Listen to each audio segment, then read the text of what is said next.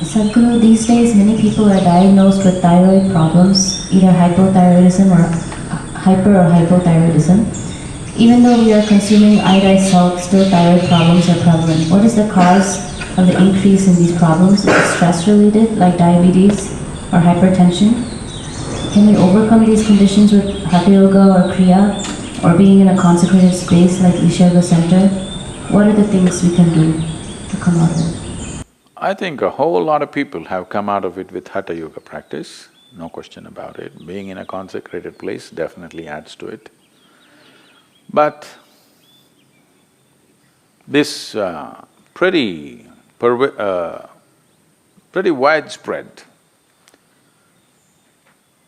manifestation of thyroid imbalance.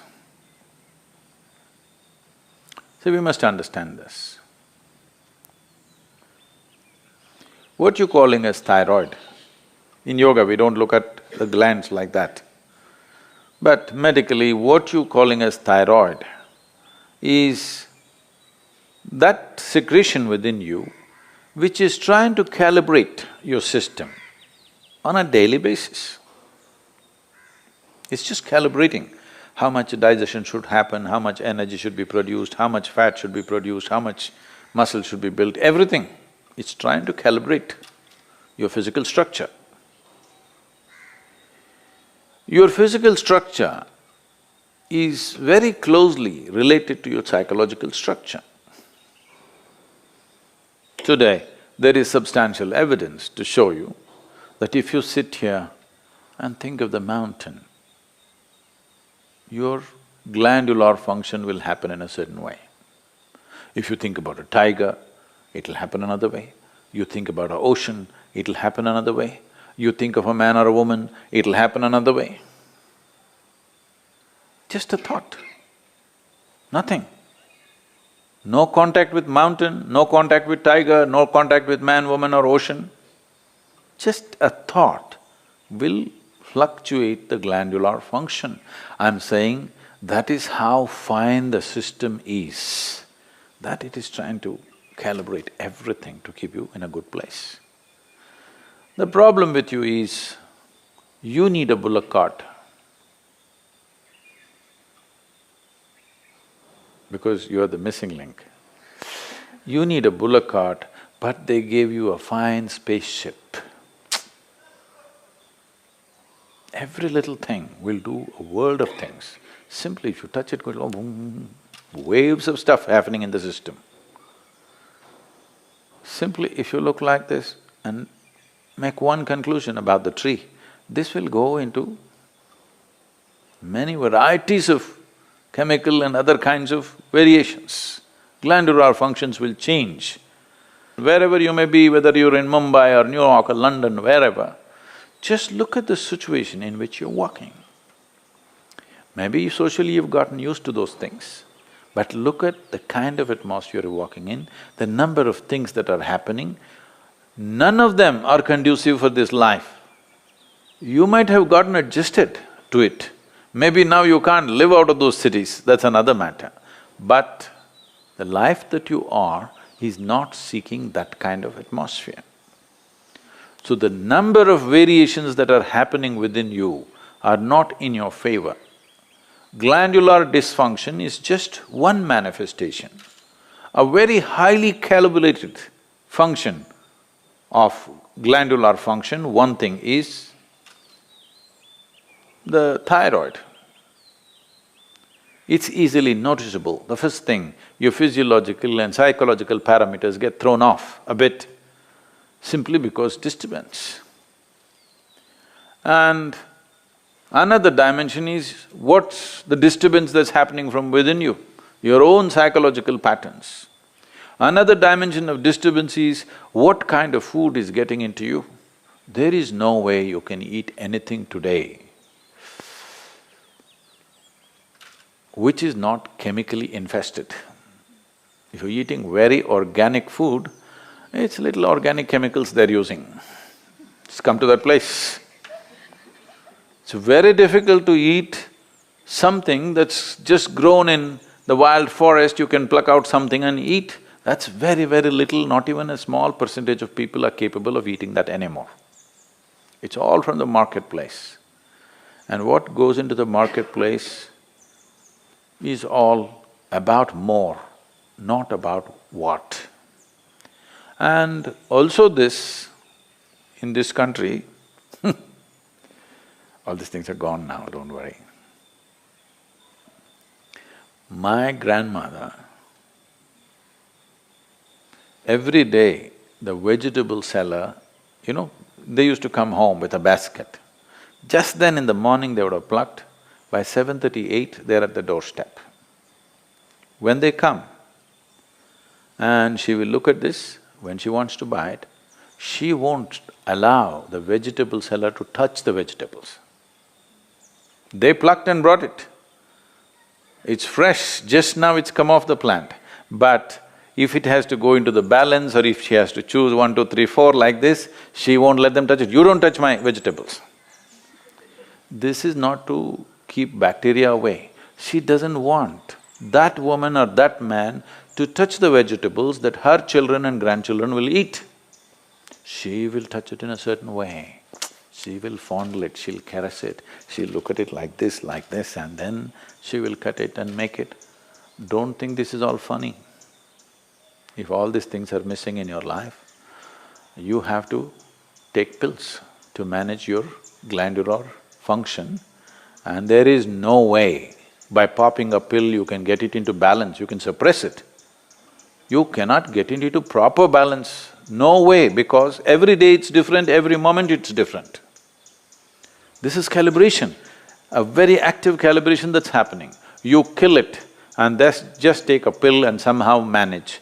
You are a little dysfunctional machine. With this dysfunctional machine will manifest in so many ways, and you will only know it when you stretch it. When you're living with minimal stuff, it won't show up. It's like this. See, even if you have a flat tire on your car, at 20 kilometers you can drive home, Some things will crack up, some things will tear up, but still you can drive. Only if you're hitting 200 kilometers per hour, then if the tire goes flat, then you know you fly off the road. So that's all it is. If all these things are taken care of well, now when you rev up your life to function at a much higher level, simply it'll go. Now you rev up your life without bringing that balance, then you see it'll freak. You will see this happening all around you every day. So, to invest that much into our lives, well, you can't leave your city and go and live in the jungle. You can't leave the atmospheres and go away. At least you must equip yourself so that those things don't have too much impact on you. It'll anyway have impact, but how much is the question? How much impact? At least within your home, surround yourself with some plants. If there is no space, fill your room. This is going to have some freaky bedrooms. Open up half the roof. Oh, but there's another floor above, Sadhguru. Okay, open up the damn walls so that some sunlight comes into you. Yes. Not everything is closed and just one air conditioner is going brrrr all the time. This is one thing, the reverberations around you are freaking this body completely, all the time, brrrr. Particularly when I'm outside the country, particularly in United States. Even in Europe it's a little better. In United States, all the time something is buzzing, endlessly. When I come here, it's like, just still, which makes you alive. Everything is buzzing, you're like Most people are not conscious of it, but it's happening to them. The very fact that they're sleeping 8 hours a day is just that they are not living in their natural habitat. They are trying to protect themselves by sleeping. So, to protect yourself from disease, to protect yourself from mental illnesses, to protect yourself from all kinds of imbalances, you sleep 8, 10 hours a day. This is half your life, you're dead.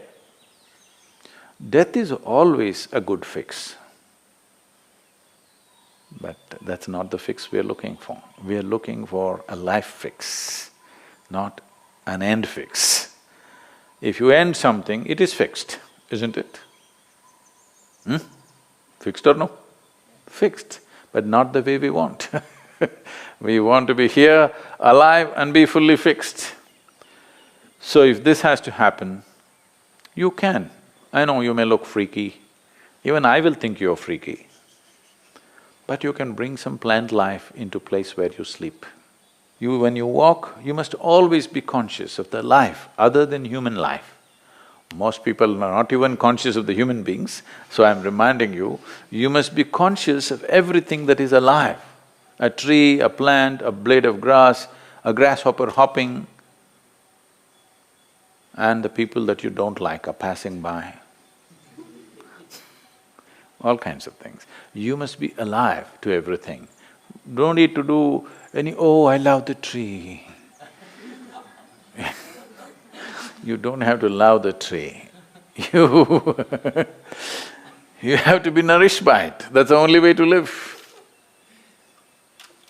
You like it or not, it's nourishing you right now. Consciously, if you do it, everything will work better. Something as simple as being alive to everything around you, indiscriminately, may regularize your thyroid problems. Of course, morning hatha yoga is there, kriyas are there, all these things will definitely help, and the consecrated, powerfully consecrated spaces are there. Many things. One of the main reasons is human beings are becoming less and less active as technology grows. In a day, on an average human being, how much activity, physical activity they used to perform in the past, previous generations of people, and how much physical activity all of us are performing right now is abysmally low. With such a low level of activity, keeping the balance in the system is difficult. So little imbalance, don't go to bed.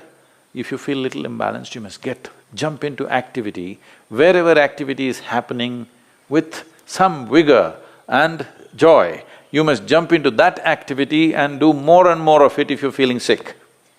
Really. Because the moment you go back, you're empowering that. Well, if you're very ill, that's a different thing.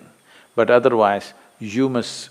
we are talking about essentially glandular dysfunction of various kinds. Activity is a simple solution for everything.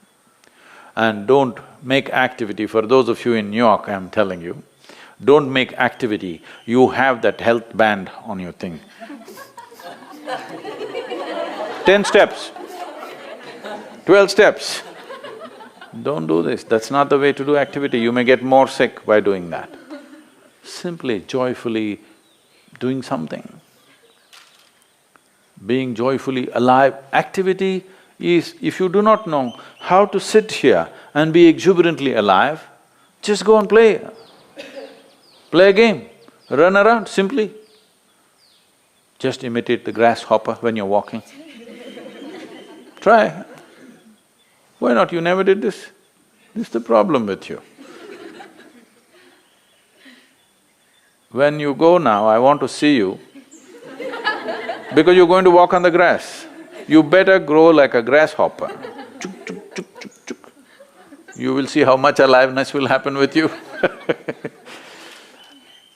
Essentially, your fundamental problem is you have become bloody serious about your life.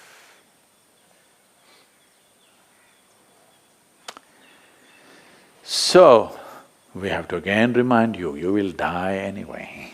Don't be so serious about it because it'll get over in no time. You must loosen the grip. Now if you loosen the grip, that last scene can be different. Otherwise, people see you, that's a great thing that happened to you. You loosen the grip. Now itself if you loosen the grip, you will see life will happen one